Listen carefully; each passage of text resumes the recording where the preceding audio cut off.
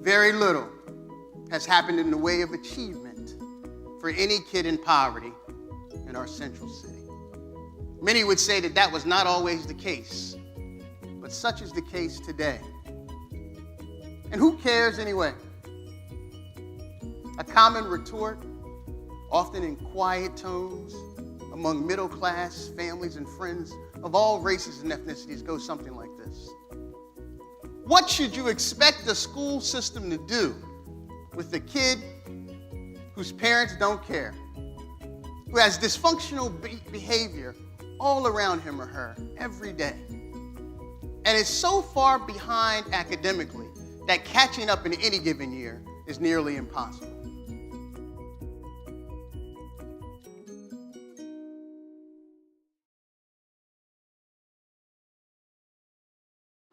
In America, the poorest school districts get less funding. In the schools with the highest rate of poverty, they usually get $1,000 less per student. There is also less funding between districts serving the most students of color. For schools that are in areas of poverty, there are less access to high-quality teachers, advanced course offerings, and school counselors. These resources are directly linked to funding. Many teachers are working with students that are at risk, and very few of them have the necessary resources to support them. 51% of public school students come from low-income families, and funding for school districts are reliant on income and property taxes. So therefore, students in low-income areas get 15% less funding per pupil than students in affluent areas.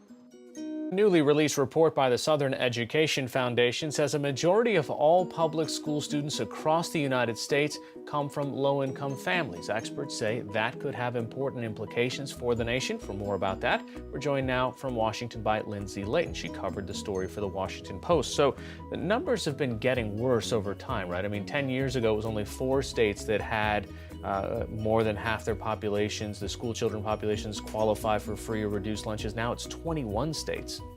That's right, Hari. We've seen a really rapid acceleration in this group of kids. And of course, people point to the 2008 recession as something that really made these numbers explode, but we've seen continued acceleration. It hasn't stabilized, it's getting worse. And now, in areas of poverty, it is very hard for the parents to be completely involved in their child's schoolwork because unfortunately, they are always at work. So these teachers who teach in low-funded districts are working with at-risk students with very few resources. It has been proven that parents with higher education have higher rates of involvement in their children's schools. For example, about 80% of parents with a bachelor's degree or higher attend more functions. Funding has decreased since 2010 in low-income Title I schools. This is leading to cuts in pre-K. Also, enrollment numbers are dropping. In Mississippi alone, 70 school districts are using books that are older than 1995.